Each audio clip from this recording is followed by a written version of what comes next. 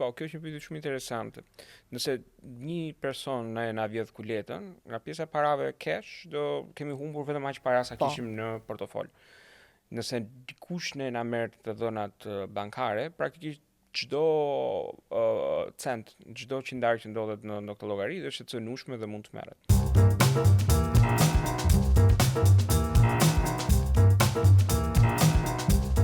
Përshëndetje, mirë se vini në këtë episod të radhës të Table Talk. Do të flasim për një tematikë të cilën e kemi trajtuar në një projekt të ACQ-s, por që kanë ngritur një sër diskutimesh edhe pas publikimit, që është pikërisht ajo që lidhet me bankimin digjital.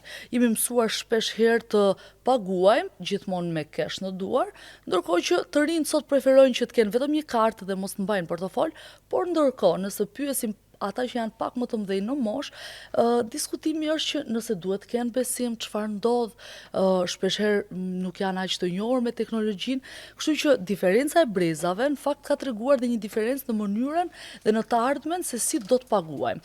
Këtu futet dhe nisma e qeverisë, aty ku u diskutuar për shumë kohë ajo që deklaroi kryeministri Rama se në 2030 Shqipëria do të zhdukte paran fizike. Një premtim që duket i vështirë për të mbajtur, të paktën deri në 2030, por do të diskutojmë për një sër elementësh të cilët lidhen me sigurinë mbi gjitha të qytetarëve kur bëjnë pagesa nëpërmjet kartave apo aplikacioneve online, por ndërkohë dhe gjithë përvojën që kanë sjellë vendet europiane apo vendet e tjera të cilat këtë tranzicion e kanë bërë në mënyrë graduale.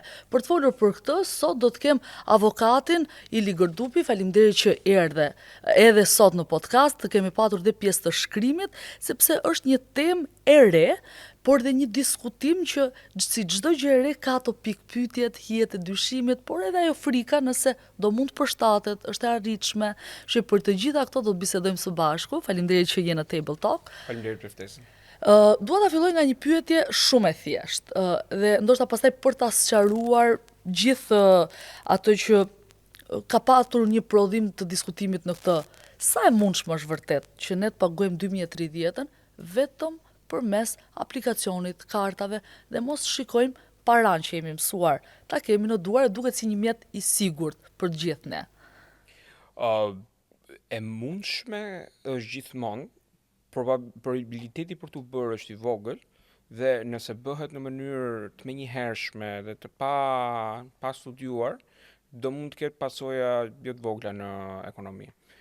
Ne si shoqëri jemi të mësuar me paran fizike, madje ka nga të afërm i prindrit tanë që janë më të mëdhenj moshë, të cilët as depozitat bankare nuk i preferojnë, pavarësisht se ka një incentiv përmes interesave që po themi ajo paraja rritet sa të pak në vlerë, edhe mund të mbajnë edhe vlerat konsiderueshme ose gjithë kursimet e tyre të mbajnë në formë paraje fizike në shtëpi. Po nga ana ligjore, se jam shumë e interesuar, më pëlqeu shumë nga trajtimi që bëm së bashku, edhe prandaj nga kjo nisi dhe spuntoja për të biseduar dhe për të shkuar në një audiencë më të gjerë përmes videos. A është e lejueshme, po themi, që të shkojmë drejt një bankimi digjital 100%? Pra nga ana ligjore, kemi këtë mundësi, mund të lejohet, apo si është në këtë aspekt? Në kushtet aktuale, qytetarët e zakonshëm kanë kufizim vetëm sa i përket kalimit të parave jashtë kufive. Pra, ne kemi një limitim në cilën nuk mund të kalojmë para të thata në çdo lloj valute me vlerë më të lartë se 10.000 euro jashtë kufirit. Brenda vendit ti mund të qarkullosh me sa para të duash, nuk ka asnjë ligj që të jetë kundër ti. Ka shpesh spunto për dyshimin nëse këto para janë nga burim kriminal ose për qëllim kriminal, por në vetvete pas këtyre parave cash nuk përbën në një limitim. Limitim shtesë kanë zyrtarët e lartë, të cilët ligji për shmangjen e konfliktit interesi dhe ligji për deklarimin e pasurive i limiton ata që nuk mund të mbajnë mos gaboj një vlerë për 400.000 lekë të reja, jo më të lartë se 400.000 lekë të reja cash në shtëpi, por nuk ka asnjë limitim tjetër për sa i përket qytetarëve. Bizneset kanë gjithashtu një limitim, kur janë business to business nuk mund të bëjnë transaksione që janë më të larta se 150.000 lekë të reja tek ajo, por një qytetar padyshim që mund të bëjë një transaksion me një biznes edhe me vlera që janë më të larta se sa kjo, ligji aktual nuk e pengon. Ndryshimi do mund të ishte relativisht i thjesht. Pra, kalon një nen që ti thua që nuk lejohet asnjë para cash, po themi mund ta çosh vlerën 10.000 lekë të reja. Pra jo vetëm business to business, por edhe mes vetë qytetarëve të mos lejohen asnjë lloj transaksioni cash, po themi duke e ulur gjithmonë vlerën. Për ta bërë këtë vlerë zero është pothuajse shkelje e hapur ndaj Komitesë Europiane të Drejtave të Njerëzit, protokolli. Pse? Se jam shumë interesuar në këtë pikë. Protokolli 1 i Komitesë Europiane për Drejtat e Njerëzit mbron të drejtën e pronës.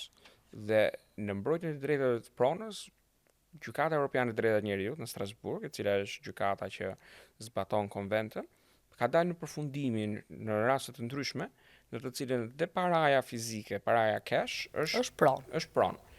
Dhe mohimi i saj ose kufizimi i përdorimit të saj është një kufizim dhe një cënim i të drejtës së pronësisë. Pra unë kam para cash dhe unë këto, nëse ti do më nxjerrësh të paligjshme, unë i bi që duhet i dorëzoj pranë autoritetet shtetërore. Ky është një formë shpronësimi, pra ti po më merr një aset edhe po më thua që do i depozitosh domosdoshmërisht në llogari. Pavarësisht se ti nuk zhvishesh nga pjesa e vlerës, sepse ato para që ti i ke fizike tani do jetë një numër në llogari bankare, ti të ikën një pjesë e të drejtave mbi këtë pasuri, mbi këtë pronë, mbi tjetërsimin, ruajtjen, disponimin e saj. Që në vetvete nuk mund të jetë si ndalim kursesi në vlera absolute.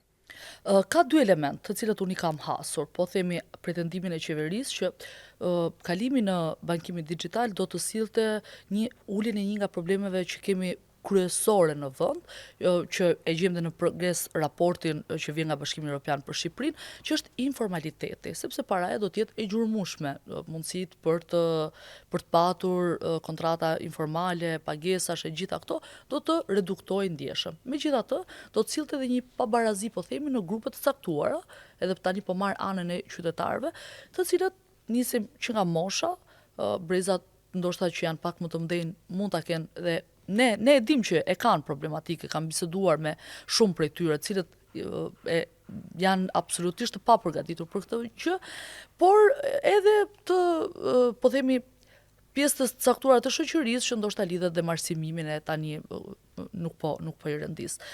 Kush fiton dhe ka të drejtë në këtë, sepse duken dy pretendime që qëndrojnë në të dyja palët. Nëse do marrim një shembull të ngjashëm që sa i përket transformimit digjital në shërbimet publike, duhet mbajmë mend që Albania kur hyri si shërbim, Pati një diskutim shumë të madh. Po hyri në formën absolute. Pra nuk është se pati një bashkëjetesë midis Albania dhe shërbimeve publike, por ishte ndërprerje të gjitha shërbimeve publike në mënyrë të menjëhershme, ato që ofrohen qytetarëve në sportel, dhe kalimi i tyre në formën digjitale, vetëm me Albania, pa varësisht nëse personat kanë apo nuk kanë akses në internet, kanë apo s'kan pajisje të cilët mund t'i përdorin, edhe kanë apo si kanë njohuri për të kryer.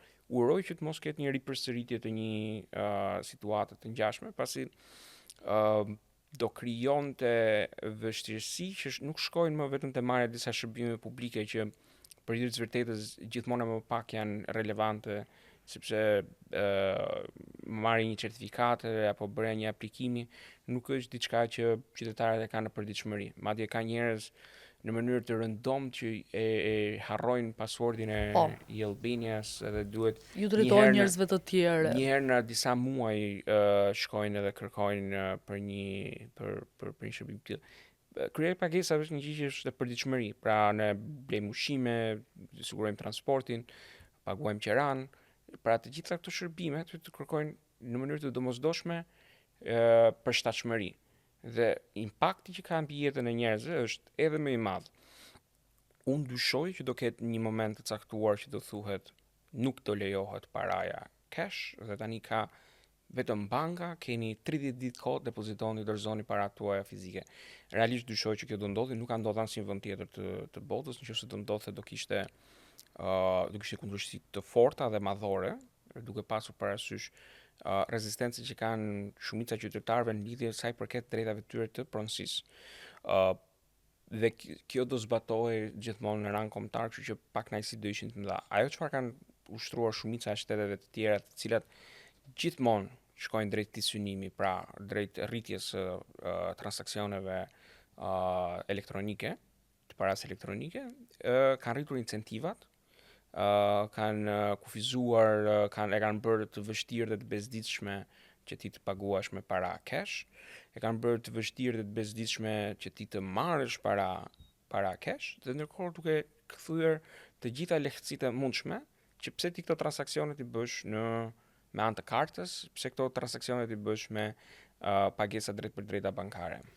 Realisht është shumë e lehtë kur ne e përdorim, por ajo që na ndodh, sidomos mua e kam hasur personalisht edhe kur udhtoj, është që ndonjëherë mund të kesh problematika të tipit që lidhet me sigurinë, nëse mund të hakerohet apo mund të ndërhyjet, po themi, në këto shërbime online, të cilat mund të lënë, po themi, nëse je në një vend të huaj apo nëse je në një darkë diku dhe duhet paguash me kartë, për shkak të një problemi teknik. Më ka ndodhur kjo gjë kur kam qenë jashtë përmes një karte. Sa të ekspozuar jemi nga kalimi, po themi, jo në masën 100%, por nëse shkojmë drejt përdorimit të këtyre mënyrave të paguarit. Cilat janë ato problematikat cilat duhet shoqëria apo institucionet të jenë gati që mos të hasen me kaose, po themi, të mënyrës përdorimit dhe, po themi, ndalimit të një jete normale për një periudhë kohe. Po, kjo është një pyetje shumë interesante. Nëse një person na vjedh kuletën, nga pjesa e parave cash, do kemi humbur vetëm aq para sa kishim në portofol. Nëse dikush na merr të dhënat bankare, praktikisht çdo cent, çdo qindarë që ndodhet në këtë llogari është e cënueshme dhe mund të merret. Dhe njerëzit kanë frikë nga e panjohura. Shumica e njerëzve nuk e dinë dhe nuk e kuptojnë se si funksionojnë sistemet e pagesës digjitale. Dhe kjo është normale, kjo nuk ka asnjë lloj detyrimi që njerëzit duhet të dinë si funksionon mbrojtja digjitale. Ata e kanë të lehtë për të kuptuar që nëse unë e ruaj portofolin tim, nëse unë e mbyll shtëpinë me çelës, nëse unë kam një kasafort, askush nuk hyn dot ose do e ketë shumë të vështirë që ty dhe ti marrë këto para. Ndërkohë që nuk e kuptojnë dot si funksionon mbrojtja digjitale dhe siguria kibernetike, duke i lënë ata më të friksuar në çfarë do ndodhte në një cënim të kësaj prone. Nga ana tjetër, edhe në një rast cënimi, sistemet e kartave, sidomos kartat kryesore, Visa, Mastercard, të ofrojnë ka një shërbim të recovery për rimarrjen e parave që të mund të jenë marrë padrejtësisht, që është realisht një shërbim shumë i mirë dhe shumë rigoroz. Pra, në të gjitha rastet në të cilën vërtetohet që personi nuk ka qenë ai përdoruesi i kartës e autorizuar, nuk ka qenë ai që ka autorizuar blerjen në mënyrë direkte ose indirekte, në të gjitha rastet ka një rikthim mbrapsht të shumës së marrë dhe të disbursuar në mënyrë të gabuar. Këtë ti nuk e ke si garanci tek paraja fizike. Pra, nëse dikush të merr të vjedh parat, duhet të dish që është eksaktësisht personi që ta ka marrë dhe në momentin që do kemi identifikim, arrestim, dënim të tij, nuk e ke garanci. Janë raste shumë të rralla. Nuk e garanci që do i marrësh parat mbrapsht. Pra, gjykata nuk të detyron dot hajdutin të kthej parat mbrapsht. A ndodh një pjesë të rasteve? Ndodh, sepse kjo ndikon tek pjesa e dënueshmërisë dhe pjesa e vlerësimit dënimit ose edhe për të rregulluar raportet njerëzore, por nuk ka një imponim të kësaj. Pra, me rrezikun e madh që të vjen nga pjesa kibernetike, pra cënimin e parave, në të njëjtën kohë ke edhe, po themi, mbrojtjen më të madhe në momentin që ky cënim ndodh për të pasur mundësi për të rikuperuar, sepse shpesh këto transaksione janë të lënë gjithmonë gjurmë dhe lënë gjithmonë një mënyrë për të kuptuar se ku kanë shkuar parat, sepse parat gjithmonë duhet shkojnë nga pika A në pikën B dhe rruga ndërmjetme kalon nëpërmjet një, po themi, gjurmimi digjital. Kjo është ana pozitive që tim them. Megjithatë do të sjell një argument tjetër, të cilën shumë qytetarë ngrihen si shqetësim, që është pikërisht kjo gjurmshmëria, të cilët të ekspozon të dhënat të cilat janë private, po themi. A është ky një cënim i qytetarëve në të cilat do të kenë, po themi, të deklaruara apo të gjurmueshme, të dhëna të dukshme mbi pasuritë dhe të ardhurat e tyre. Si qëndron raporti privatësisë? Për shembull, vendet e Bashkimit Evropian janë shumë të kujdesshme në këtë aspekt. Edhe atje ende ka një diskutim midis asaj që quhet privatësi dhe asaj që do duhet kishte shteti apo vendet e caktuara mundësinë për të parë mbi ato që kanë qytetarët. Po, kjo është shumë e vërtet. Bashkimi Evropian, të paktën që nga miratimi 2016 një rregullores së GDPR-it, që është rregulloria për mbrojtjen e dhënave personale që ka hyrë në fuqi në 2018, ka një interes të shtuar, pra vëmendja që jepet ndaj mbrojtjes së dhënave personale është maksimale. Në Shqipëri nuk është ndjerë shumë ky si shqetësim, edhe është e habitshme sepse dhe ne së fundi kemi miratuar versionin ton të rregullores së GDPR-it, pra kemi bërë një parafrim të GDPR-it duke miratuar një ligj të ri të mbrojtjes së dhënave personale. Neve nuk na ka ngelur, nëse mund të bëj një batut, nuk është se na ka ngelur shumë të dhëna personale të cilat nuk kanë dalë në Shqipëri, ndoshta prandaj janë bërë kaq po vetëm për te shakat. Se mbase një pjesë e njerëzve nuk janë shumë në dini, po nëse penalitetet në ligjin e vjetër ishin 100.000 lekë, 200.000 lekë të reja, pra 1.000 euro deri në 2.000 euro, penalitetet në ligjin e ri janë 2 miliard lek, 1 miliard lek, pra jemi duke diskutuar për midis 100 dhe 200 milion euro. Ose një përqindje e xhiros vjetore në rang global të kompanisë. Pra, po diskutojmë që nëse një kompani është degë një kompanie të huaj, do merret e gjithë xhiroja që prodhon ajo kompania në të gjithë botën, edhe gjobën do e marrin në bazë të asaj, pra do shkojnë vlera ca qindra miliona euro penalitet nëse me ligjin që është aktualisht në fuqi. Dhe në momentin që komisioneri do e marri seriozisht po themi të drejt atë detyrën e tij, do kemi biznese që do jenë shumë më të shqetësuara. Po siç thatë ju një shembull personal, më kujtohet që rastisht që duhet të shkoja në një bank në të cilën nuk kam llogari. Duhet të bëja një pagesë që mund të bëj vetëm në atë bank, dhe kisha 8 vite që nuk shkelja në atë bank, edhe para 8 vitesh kisha bërë një transakcion kur nuk kam qenë klient me llogari, dhe ato kishin ende të gjitha të dhënat e mia, adresë, numër telefoni, email, 8 vite më pas.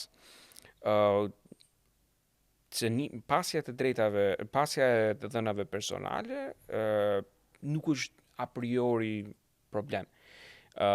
Cënimi i këtyre të dhënave, keq përdorimi, distribuimi, këto janë që të gjitha probleme që janë jetike.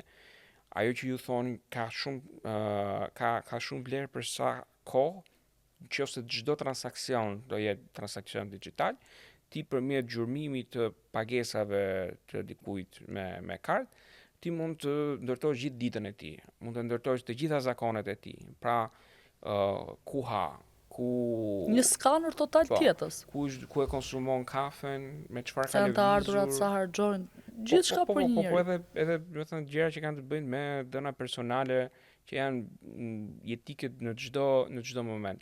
Dhe kalimi i këtyre pagesave elektronike do rriste, po themi, këtë riskun shumë fish. Dhe ky është problem. Po ky është një problem i cili do adresuar në të gjitha rrethanat. Pra, edhe nëse ne na thonë që të gjitha parat tona do duhet jenë në bank, edhe nëse një pjesë e tyre vetëm është, apo një pjesë më e madhe, një pjesë pra jemi në risk. Jemi në risk sido që tjetë. Pra, dhënat personale padyshim që kjo e amplifikon, por nuk është se në mungesë të kësaj ne jemi okay edhe mund të vazhdojmë me cënimin e dhënave personale, se nuk është se kemi, pra siç thatë përpara që ana ka ngel dhënat personale, po na ka ngel, kemi padyshim një risk që ka të bëjë me dhënat që ne kemi në institucione private, sepse dhënat që janë institucione publike, një pjesë e tyre ka vende të cilët po themi janë shumë më të hapur në marrjen e këtyre informacioneve, ato që kanë të bëjnë me emrin, mbiemrin, datëlindjen. Megjithatë, nëse do të kishte ndodhur në vendet europiane ajo që ndodhi në Shqipëri me listë pagesat, me faktin e targave të makinës, shpeshherë të telefonave apo të adresave të shtëpisë, realisht është një skaner i cili na shqetëson secilin prej nesh, apo jo. Ndërkohë që ne kemi qenë imun dhe nuk kam parë ndonjë shokim të madh të masës shoqërore ndaj të dhënave të cilat nuk duhet të jenë publike. Po, duhet të themi këtu që mbrojtja e dhënave personale ka nisur diçka rreth gjatë luftës së dytë ose direkte pas luftës së dytë botërore. Dhe kanë qenë holandezët që është evidentuar më së shumti ky problem. Shteti i Hollandës ka pas një census të popullsisë që ka qenë madhor, drastik, shumë i detajuar, shumë i rregullt, përmbante çdo të dhënë, përfshirë këtu dhe të dhëna mbi besimin fetar. Dhe çfarë pasoi është që kur Gjermania naziste pushtoi Hollandën, mori akses te këto të dhëna dhe ishte në gjendje që të gjurmonte dhe të kapte pothuajse të gjithë hebrejnë që jetonin. Holanda, popullsia hebreje e Hollandës është ajo që ka qenë më e cënuara nga të gjithë popullsitë europiane Për shkak të këtyre të dhënave. Po, dhe aty u kuptua dhe u arrit në përfundimin që dhënat personale janë shumë të rëndësishme. Këto mund të çojnë në cënimin e jetës, për vrasjen e mirë e njerëzve. Në këtë aspekt, mbrojtja e dhënave personale tash është krejt jetësore dhe etike edhe sot, pra pa patur problematikën e bankës, e bankimit digital edhe kalimit të gjitha pagesave përmes bankës.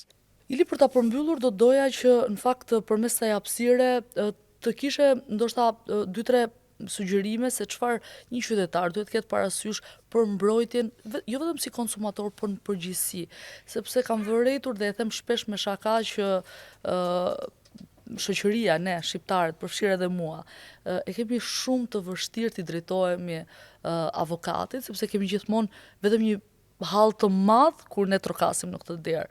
Duket sikur nuk e kemi ende kulturën që avokati duhet dhe për të na lexuar një kontratë pune, për qenë, po themi, ndihmuesi dhe njeriu që na udhëheq në vendime shpesh herë të rëndësishme, shitjen e pronës, një kontrate të re pune, si duhet që qasja e qytetarëve të shkojë drejt juristit dhe avokatit për të mbrojtur, për të qenë i sigurt. Ky është një problem që është nga të dy anët, në sensin është publiku ai që ka mungesë besimi tek avokati, por shpesh qëllon që dhe avokatët në Shqipëri nuk janë shumë të qartë se si t'i qasen shërbimet e konsulencës. Një pjesë e madhe e avokatëve në Shqipëri e kufizojnë shërbimet e tyre tek përfaqësimi gjyqësor. Po ka përtej shërbimi gjyqësor. Në Shtetet e Bashkuara pjesa kryesore e avokatëve as nuk bëjnë ndonjëherë përfaqësim gjyqësor. Bëjnë merret vetëm në çështje konsulence. Unë mundohem të bëj një balancë të shëndetshme midis të dyjave. Nëse do isha detyruar të zgjidhja vetëm njërin prej tyre, do zgjidhja konsulencën para përfaqësimit gjyqësor.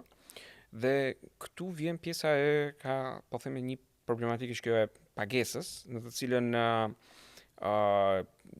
disa avokat kalojnë midis 0 pagesë ose pagesë barazveshme me një çështje gjyqësore, që nuk është e përputhshme.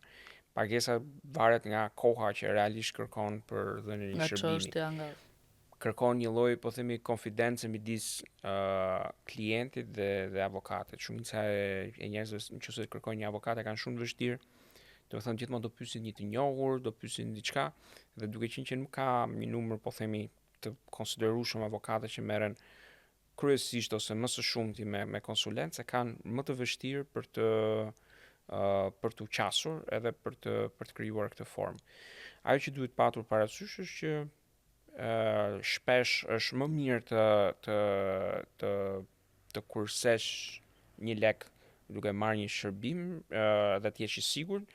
Është më mirë që të harxhosh 1 lek dhe të jesh i sigurt për shërbimin që bën, sesa të kursesh atë 1 lekëshin dhe të humbësh 100 nëse Që pak më vonë ndoshta shumë fishohet. Duke cënuar, unë kam pas një numër të madh, sidomos duke diskutuar edhe për çështjen e të dhënave personale, kam pas një numër të madh klientë që i kam hasur për të tjera çështje dhe kur i është evidentuar problematika po themi që standardet e tyre dhënave personale nuk ishin në atë që kërkon ligji.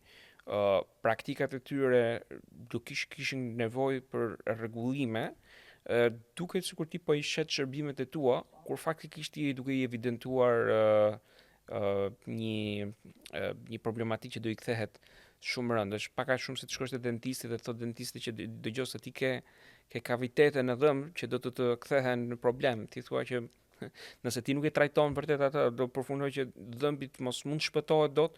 Kjo ndodh realisht. Kjo e njëjta problematikë ndodh dhe në shërbimet avokatisë, por nëse tek dhëmbi ti ke një dhimbje, ke një shqetësim edhe je i detyruar të shkosh tek ajo, shpesh tek avokati vetëm në fazën e fundit. Po, vetëm kur të troket ftuesi gjyqësor me padin apo policia në derë, dhe këto janë situata që nuk duhet pritur, nuk duhet shkuar deri në atë pikë. Unë dua të të falenderoj fillimisht që gjete kohë, e di që je i zënë, edhe siç e them pjesën më të madhe të gjyqje, në fakt do duhet ishte në konsulenca, sepse në Shqipëri përgjithsisht edhe në anën qeverisë, edhe në anën konsumatore, më shumë investojmë pasi ndodh se sa të parandalojmë. Gjë që është e gabuar edhe në fakt na kushton më shtret me kalimin e kohës. Faleminderit që ishe pjesë e Table Talk dhe shpresoj që të kemi mundësi të kemi sërish. Faleminderit për ftesën. Kështu vjen fundi dhe këtij episodi, për t'ju lënë takim në episodin e radhës.